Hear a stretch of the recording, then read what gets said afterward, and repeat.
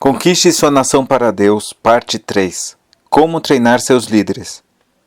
Pois será como a árvore plantada junto às correntes das águas, a qual dá o seu fruto na estação própria e cuja folha não cai, e tudo quanto fizer prosperará. Não são assim os ímpios, mas são semelhantes à moinha que o vento espalha, pelo que os ímpios não subsistirão no juízo, nem os pecadores na congregação dos justos, porque o Senhor conhece o caminho dos justos, mas o caminho dos ímpios conduz à ruína. Salmo 1, verso 1 ao 3. Capítulo 10. Treinando líderes. Na primeira parte deste livro, vocês descobriram que é possível ganhar a sua cidade e até a sua nação para o Senhor Jesus. A segunda parte tratou da necessidade de líderes em sua igreja, como identificá-los e selecioná-los. Entretanto, mesmo aqueles que reúnem as exigências de Deus para a liderança poderão vacilar se não forem devidamente treinados. Há alguns princípios básicos que eu tenho aplicado ao longo dos anos na edificação e treinamento de líderes. Esses princípios têm me ajudado a treinar milhares de pastores e líderes ao redor do mundo, e com resultados surpreendentes. O treinamento é um processo e deve ser feito sistematicamente para edificar líderes fortes em sua igreja. Primeiro, escolham uma noite por semana para realizarem um curso especial.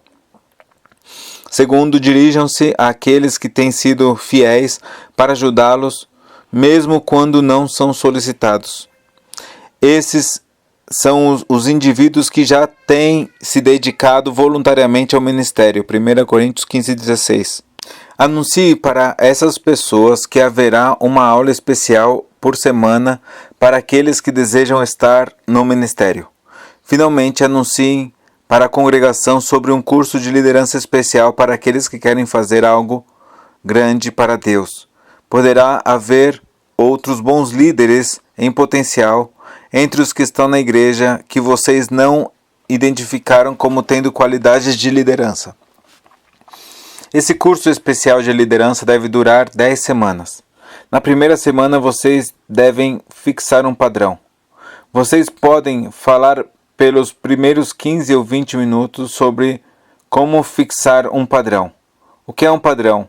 Um padrão é algo que o indivíduo fixa como uma maneira de viver. Um padrão é como uma média.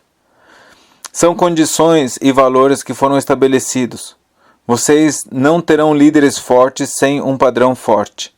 Se não houver um padrão fixado para suas vidas, seu povo nunca subirá a um nível de excelência em seu trabalho para Deus. Um padrão de assistência precisa ser estabelecido para essas aulas. Esse padrão permite apenas uma ausência durante as 10 semanas de curso. Se alguém faltar mais do que uma vez, será exigido que ele faça o curso inteiro novamente. Certifique-se de que enfatizaram por que esse padrão de frequência é exigido. Se as pessoas faltarem 3 ou 4 vezes nas 10 semanas, elas não serão devidamente treinadas. Não abaixem o padrão que fixaram para a sua igreja. A próxima coisa a fazer é compartilhar com a igreja a visão que Deus colocou em seus corações. É necessário que isso seja compartilhado durante as 10 semanas de curso. Lembre-se de que vocês precisam compartilhar sua visão repetidamente com toda a igreja durante o ano. Sua visão é seu futuro. E Deus o chamou para essa igreja e o chamou para fazer um trabalho específico para ele em sua região.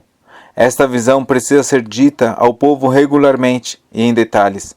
Após explicar o padrão que foi fixado para a assistência da classe e compartilhar os detalhes de sua visão, façam 3 perguntas às pessoas de sua igreja. Pergunta número 1. Vocês acreditam na visão desta igreja? Olhem bem dentro dos olhos de seu povo. Sejam francos com eles.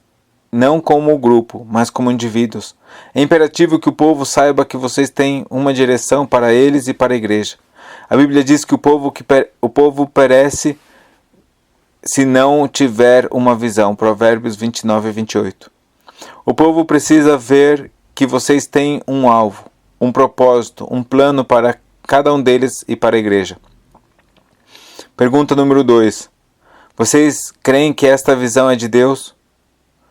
Muitos creem na visão. Pergunte-lhes se eles creem que a visão é de Deus. Cada pessoa envolvida no trabalho do ministério na igreja deve crer que a visão da igreja é uma visão de Deus. O que é uma visão? Uma visão é o que sua igreja deve fazer para Deus e para o seu reino.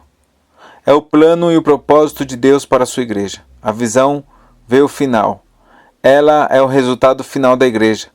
É o que a igreja deve realizar para Deus. Movam sempre a igreja e a liderança para a visão, compartilhando a visão repetidamente. Vocês moverão sua igreja para o resultado final. Sem uma visão, seu povo não terá direção. Uma visão mantém todos no mesmo caminho. Ela ajuda você e seu povo a ficarem centralizados em Deus e no que Ele quer que a sua igreja faça. Uma visão ajuda a congregação inteira a distinguir entre o que é urgente e o que é importante. Todas as igrejas em todos os lugares têm emergências. Há conflitos, disputas e problemas. É vital estabelecer a diferença entre o que é urgente e o que é importante em todas as diferentes áreas de choque. Quando uma visão foi estabelecida em seus corações e não nos corações do seu povo, a igreja inteira começará a cuidar das coisas importantes. Com uma visão, você e seu povo verão o fim do começo e saberão o que é importante e não apenas urgente. Pergunta número 3. Vocês creem que Deus me enviou aqui como pastor desta igreja? Cada pessoa que está envolvida na liderança precisa crer que Deus o colocou na posição de pastor da igreja. Este é um elemento chave para o sucesso de sua igreja. Anos atrás, quando minha esposa e eu começamos nossa igreja, nós tivemos alguns problemas com algumas pessoas de liderança. Eu chamei um grande homem de Deus e perguntei-lhe o que eu deveria fazer a respeito da situação. Ele me deu as 3 perguntas anteriores. Imediatamente eu marquei uma reunião com os líderes e lhes fiz as 3 perguntas. Todos criam que eu era o chamado de Deus para ser o pastor de nossa igreja. Entretanto, quando eu lhes perguntei sobre a visão da igreja, um casal respondeu: "Não, nós não cremos na visão." Eu lhes disse que respeitava sua opinião, mas que eles não poderiam ficar na liderança se eles não aceitavam a visão da igreja. Eu os tirei da liderança e, consequentemente, eles deixaram a igreja. No outro dia, Deus nos deu 15 pessoas. Deus pôde acrescentar pessoas às que já tínhamos, porque aquelas que não concordavam não estavam mais frequentando a igreja. A concordância é essencial porque ela é um lugar de poder. Não há poder onde a discordância prevalece. A única maneira de uma igreja fazer algo grandioso para Deus é quando a liderança está em concordância. Eles estarão de acordo somente se você lhes derem uma visão. Uma visão traz concordância e a concordância unifica a liderança de sua igreja. A palavra de Deus revela em 1 Coríntios 1:10: "Rogo-vos, irmãos, em nome de nosso Senhor Jesus Cristo, que sejais concordes no falar e que não haja dissensões entre vós. Antes sejais unidos no mesmo pensamento e no mesmo parecer." Nesse ponto, vocês precisam falar com eles a respeito das exigências de Deus para a liderança. Use o versículo de 2 Timóteo 2:2, que foi discutido na parte 2 deste livro. Explica a eles como Deus usa apenas pessoas fiéis. Diga-lhes que Deus não necessariamente usa pessoas que têm habilidade, mas pessoas que são fiéis. Explique-lhes que a fidelidade não é ensinada, mas é uma virtude. Essa virtude é alcançada pelo indivíduo que vai diante de Deus em oração e diz: "Deus, eu quero ser fiel." Eles precisam perceber que suas habilidades não garantem sua posição de liderança na igreja. Diga-lhes que vocês desejam pessoas fiéis na liderança, que foram testadas e experimentadas e podem ser encarregadas. Uma parte de nosso manual do pastor está incluída neste material.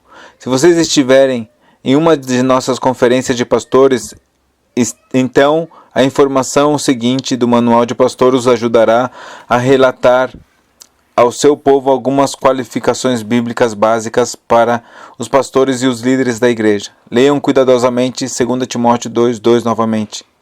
E o que de mim ouviste de muitas testemunhas, transmite-o a homens fiéis, que sejam idôneos para também ensinarem a outros. Vocês compreendem esta simples, mas profunda verdade? Observe que a palavra de Deus diz que vocês, como pastores ou líderes da igreja, devem comprometer-se ou dar responsabilidade a homens e mulheres fiéis. Você é uma pessoa fiel, é uma pessoa de confiança, fidedigna, com quem sempre é possível contar, é um indivíduo que não faz questão de posição ou título, ele simplesmente quer ajudar. Lembre-se de que as pessoas que falam muito frequentemente são aquelas que menos fazem. Talvez você não encontre as pessoas fiéis imediatamente, portanto, coloque pessoas em posição de liderança enquanto não prová-las.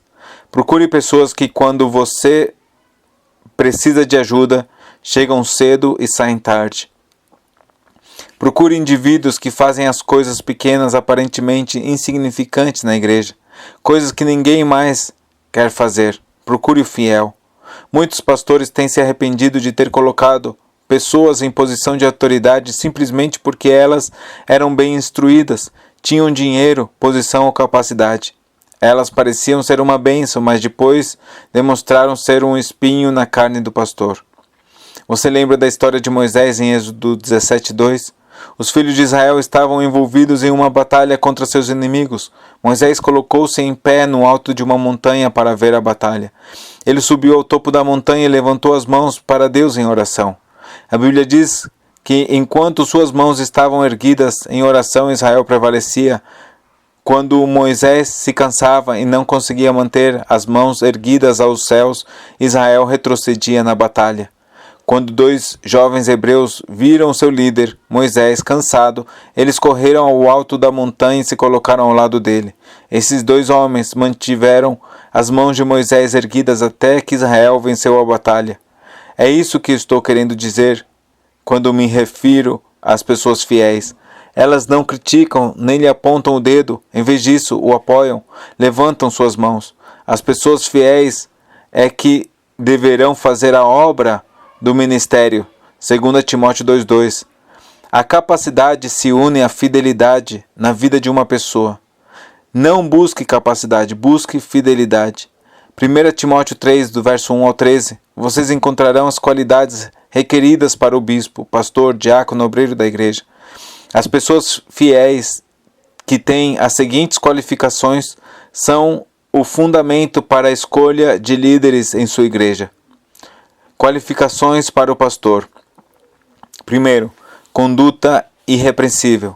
2º, marido de uma só mulher. 3º, vigilante. 4º, mente sã e domínio próprio. 5, bom comportamento. 6, hospitaleiro, amável com os estranhos. 7, apto para ensinar, capaz de ensinar a palavra de Deus. 8, não dado ao vinho. 9, não violento, não briguento, não pronto para revidar aos outros que o desagradam. Não persegue aqueles que divergem dele. 10, não ganancioso, de lucro corrupto. Não utiliza métodos errados para levantar dinheiro e aumentar seus ganhos. Paciente, manso e submisso. Não contencioso, não dado a discussões. 13, não cobiçoso, nem apegado ao dinheiro, não usa sua posição para o lucro pessoal. 14, líder de sua própria casa, disciplina os seus filhos com amor e não com aspereza. 15, não neófito e nem novo convertido à fé cristã. 16, boa reputação entre as pessoas de fora da igreja. Qualificações para diáconos, líderes e obreiros da igreja. Primeiro, honesto. Segundo, tem uma só palavra, não é mentiroso. Não falando uma coisa para uma pessoa e coisas diferentes para outra. Terceiro, não dado a muito vinho. Quarto, não ganancioso de lucro corrupto. 5. Conserva o ministério da fé com consciência pura. Ele deve ter e manter a boa consciência. 6. Experimentado. Não colocar um novo convertido nesta posição.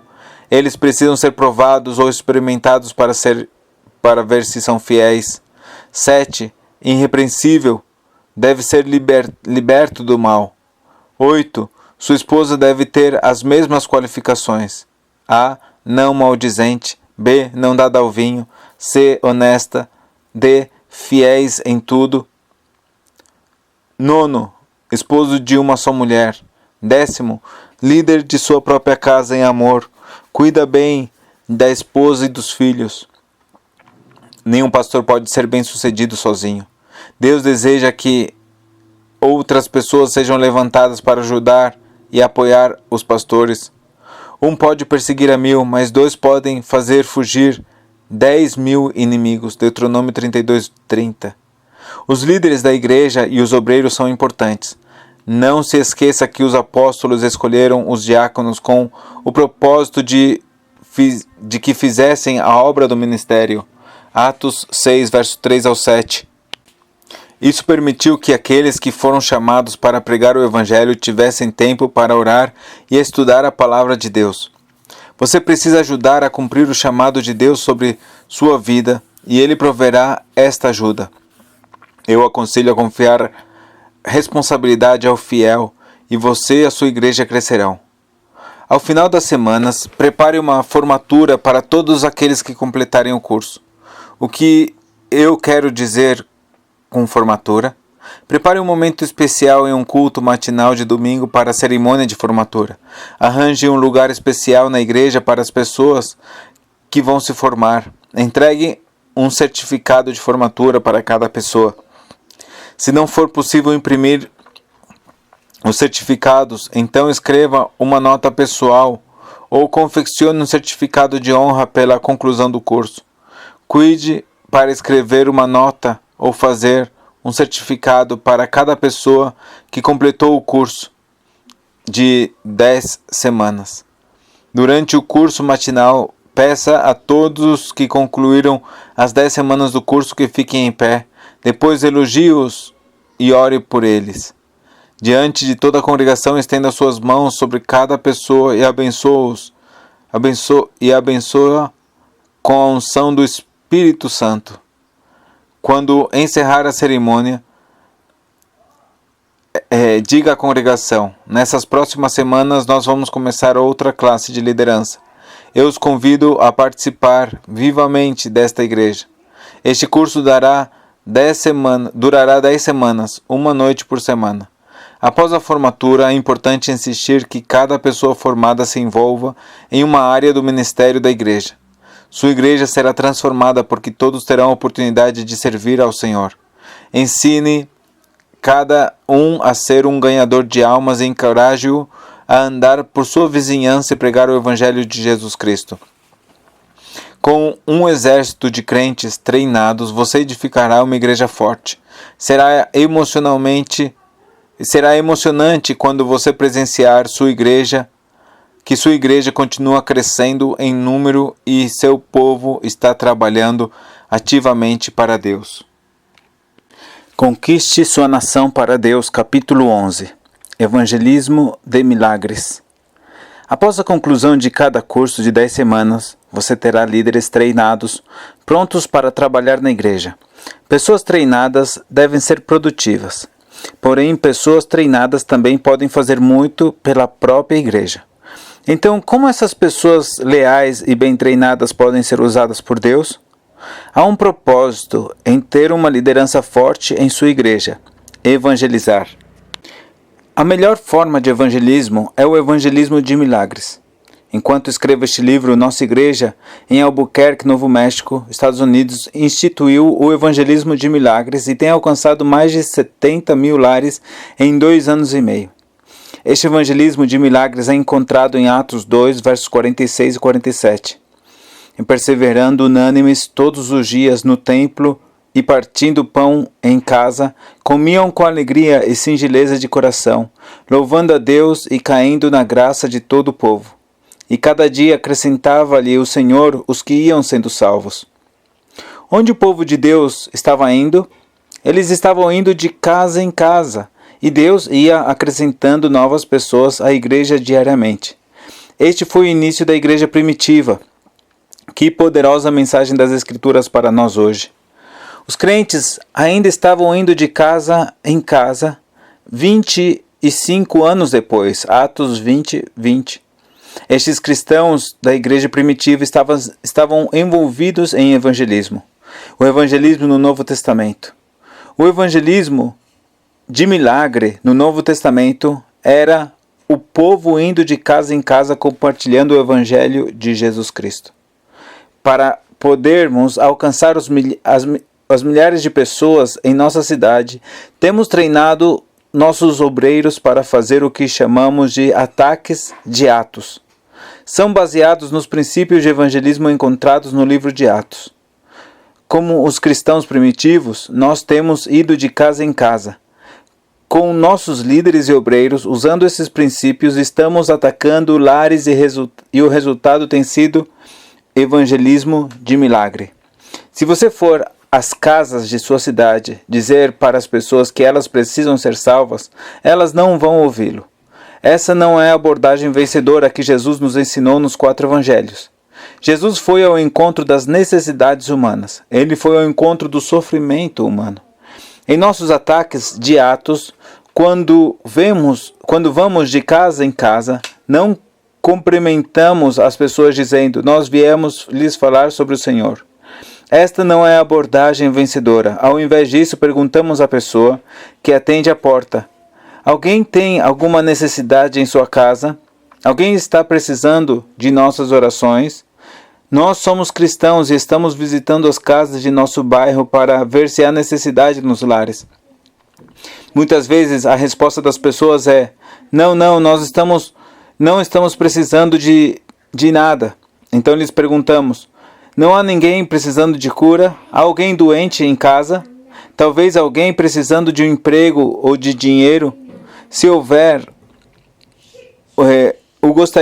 gostaríamos de orar por eles.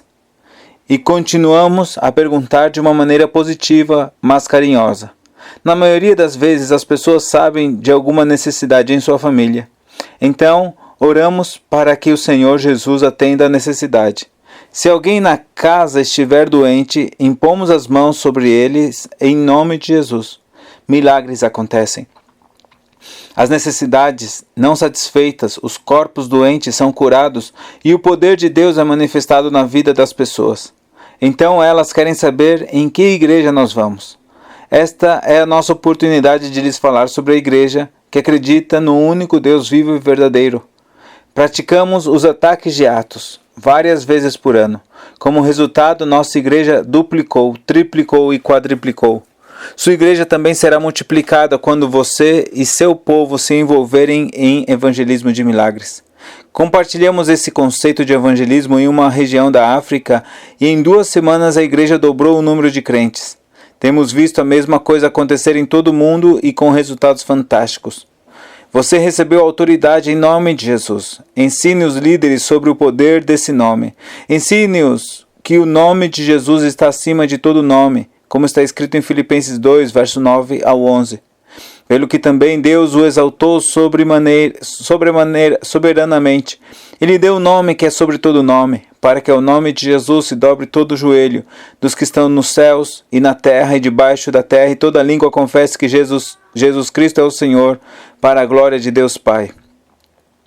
Os demônios fogem no nome de Jesus. Câncer, leucemia, tumores, furúnculos, febre, doenças e enfermidades sairão das pessoas instantaneamente por causa do nome de Jesus. Ossos fraturados serão emendados. os aflitos curados e os mortos ressuscitados em nome do Senhor. Os abatidos de coração não serão mais cheios de dor e tristeza, mas serão cheios de alegria ao ouvirem o nome de Jesus. Ensine o seu povo, treine-os e depois envie-os com grande expectativa de que Deus fará um evangelismo de milagres. É possível alcançar centenas e até milhares de pessoas em um único mês de evangelismo de milagre. Por exemplo, 10 pessoas podem alcançar 100 casas se cada uma visitar 10 casas por mês.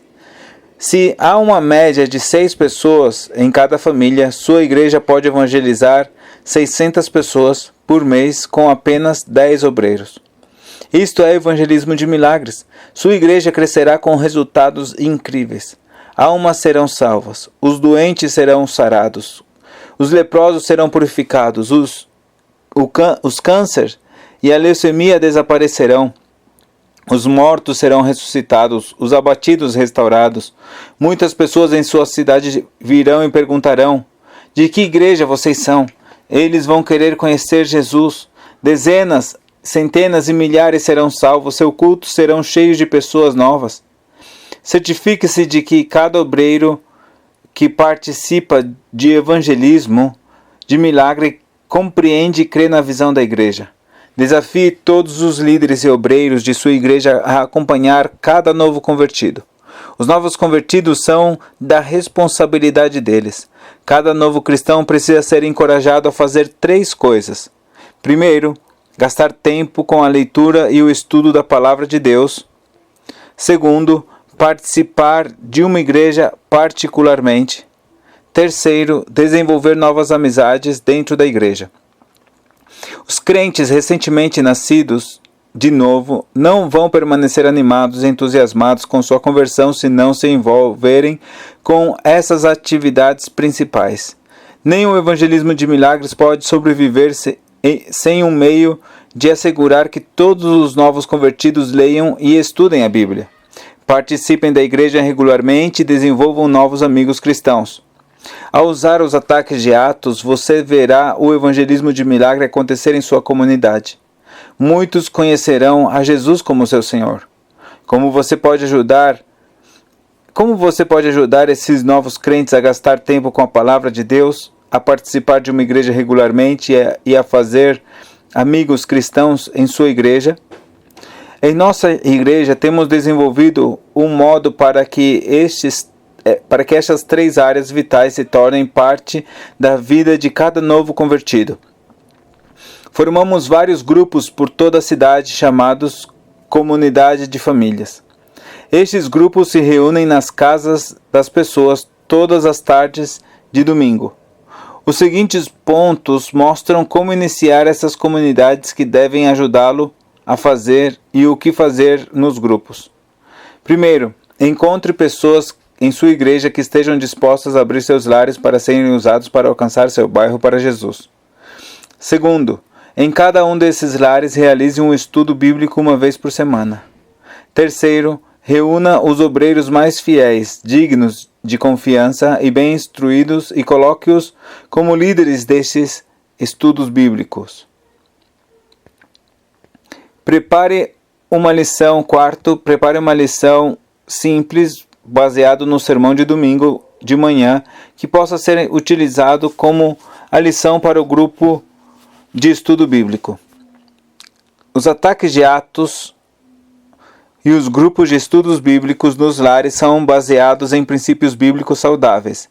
Se você seguir esses princípios, sua igreja terá o potencial de evangelizar não apenas sua cidade, mas alcançar as outras cidades vizinhas.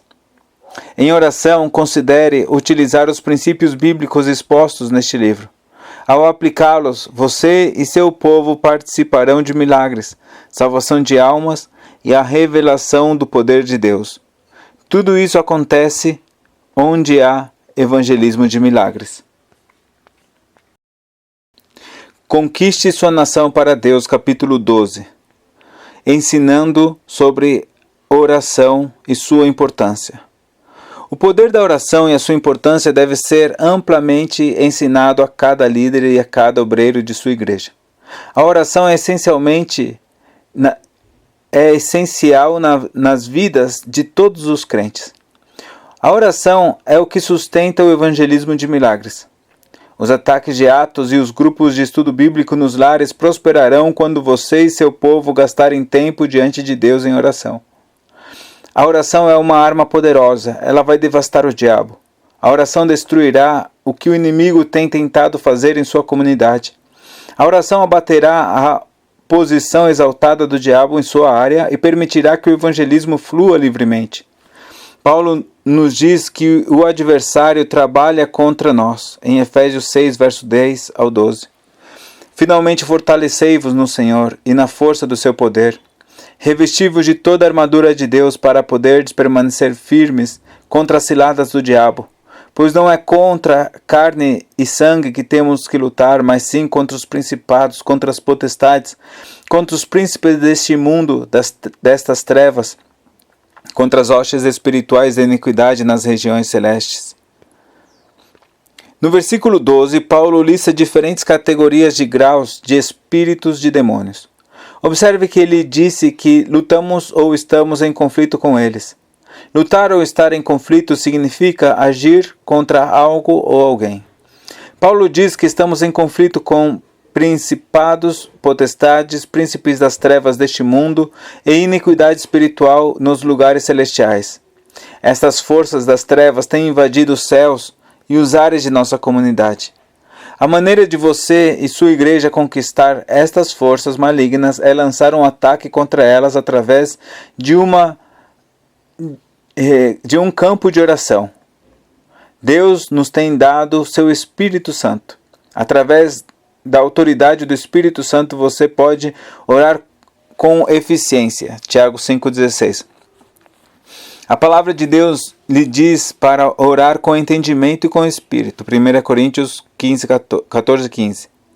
Orar nas línguas que você aprendeu é orar com entendimento, porém, para orar no Espírito, você precisa orar na língua celestial. A Bíblia diz em Atos 10, versos 45 e 46, que você fala em outras línguas quando está cheio do Espírito Santo. Os crentes que eram da circuncisão, todos quanto tinham vindo com Pedro, maravilhavam-se de que também sobre os gentios se derramasse o dom do Espírito Santo, porque os ouviam falar línguas e magnificar a Deus. Se você não recebeu esse dom de Deus, então peça-lhe para enchê-lo com o Espírito Santo e ele o capacitará para falar na língua do céu. Atos 11:16. Quando você intercede e ora no Espírito, amarre o poder das trevas em sua comunidade. Detenha essas fortalezas de Satanás que têm afligido e dominado a região. O poder das trevas será derrotado e os corações das pessoas começarão a se abrir para o Evangelho de Jesus Cristo quando você e seu povo orarem. Nunca será demais enfatizar essa verdade. A oração é vital para penetrar as trevas deste mundo. Isso não é algo que você faz uma vez e a tarefa está completa. Você precisa gastar tempo em oração cada dia. Antes que os líderes de sua igreja saiam para participar do evangelismo de milagres, ensine-os a gastar 1 hora em oração. Diga-lhes para intercederem no Espírito pelas pessoas de sua comunidade e para amarrar os principados e os poderes do inimigo. Em qualquer direção que você for em sua comunidade, há pessoas que precisam ser alcançadas com a mensagem de Jesus Cristo. O profeta Isaías falou dessa reunião de pessoas em todas as direções. Isaías 43, versículos 5 e 6. Não temas, porque eu sou contigo, trarei a tua descendência desde o oriente e te ajuntarei desde o ocidente. Direi ao norte, dá, ao sul, não retenhas. Trazei meus filhos de longe e as minhas filhas das extremidades da terra. Quando você ora, ordene que os poderes das trevas do norte, do sul, do leste e do oeste sejam quebrados. Ordene que essas forças soltem os homens e mulheres em todas as direções. Vire-se para o norte, para o sul, para o leste e para o oeste e comece a orar em línguas pelas pessoas. Interceda para que elas sejam libertas e que o Senhor lhes abra os corações. Quando Ele quebranta os corações das pessoas para si, elas vão começar a responder às coisas de Deus. Ordene a Satanás que largue os filhos e filhas de Deus e que sua igreja logo fique cheia de pessoas de todas as direções de sua cidade. A oração agressiva e evangelismo de milagres é uma combinação vitoriosa que tem o potencial de fazer com que toda uma cidade venha a Jesus Cristo. O Senhor fala novamente sobre intercessão em Romanos 8:26.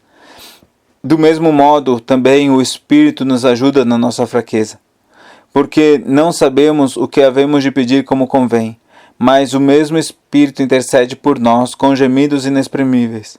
Nesse versículo, a palavra interceder significa colocar-se na brecha. Você está se colocando na brecha, você está se colocando no lugar de outra pessoa. Há muitas pessoas em sua cidade que você não conhece, mas o Senhor as conhece. Alguém precisa colocar-se em lugar delas e orar por elas. Essas pessoas que não conhecem Jesus não podem nem mesmo aproximar-se dele. Quando você ora no Espírito, o Espírito Santo busca essas pessoas e move seus corações. Ele as atrai para perto de Deus, para que você e sua igreja, através da intercessão, os poderes das trevas sobre as vidas das pessoas sejam quebrados e elas libertas para buscar a Deus.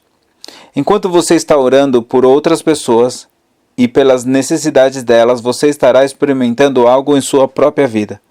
O Espírito de Deus está edificando e fortalecendo-o para seu serviço. Judas 20.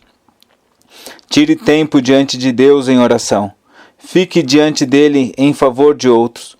Continue em oração até sentir um alívio em seu coração. Então você verá o verdadeiro evangelismo que traz salvação e milagres em toda a sua comunidade. Nossa oração é que este material tenha sido uma grande fonte de inspiração para você. Leia-o, estude-o e depois use esses princípios. Eles estão desafiando o mundo. Nossa visão é instalar estes princípios dentro de seu coração de modo que você possa conquistar sua cidade e sua nação para Deus. Desejamos também que cada pessoa que ler este livro seja desafiada a ganhar 100 almas para Jesus. Nos próximos anos, 20 milhões de pessoas podem ser conquistadas para o Senhor. Juntos podemos fazer isso. Que Deus te abençoe.